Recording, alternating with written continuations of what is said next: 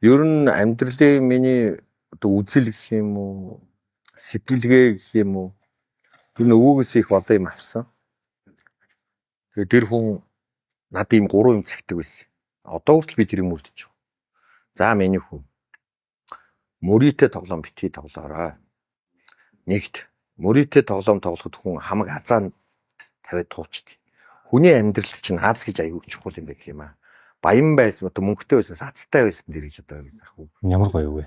Тийм учраас энэ аз гэдэг юм хүн бүхэнд бий. Тэгэхээр азаа хайрлж яв гэсэн үг байна шүү дээ. Хямгтаж яв. Мөрийтэй тоглохор хүн азаа тавьчихдаг гинэ. Дараа нь ам битгий гэсэн. Амтны ам битгий таслаар гэсэн.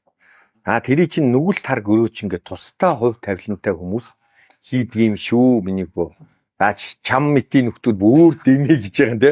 Тэр чиг чанга асуудал юм байна шүү дээ. Тэр үүлийн үрийн чи даахгүй, дийлэхгүй учраас хүн мөнтэй нийлж амж яваад тэгээ өө хэлчихсэн. Чон алаад хэмэр сэргэн хүргэж идэг юм бэ. Ийм битгий миний хүү ийм иди юмд итгэж гэж. Нэр одоо амтны ам таслаад хямар гэж өөрөө юуг хэлж байгаагаа ч мэдж байгаа юм уу те. Тэрний сэргээ тагтаач яах. Хямар гэдэг юм чи хаана вэ? Тэрийгч мэдэхгүй байгаа шүү дээ. Тэгээ гуравт нь бол алт битгий ухаараа гэсэн. Зөв. Газар шороо битгий хүн дээр гэсэн. Газар шороог битгий сэмдийчлээрээ. За энэ халтны үүлийн үрийг бол үр хөвгтөр ирдэг учраас.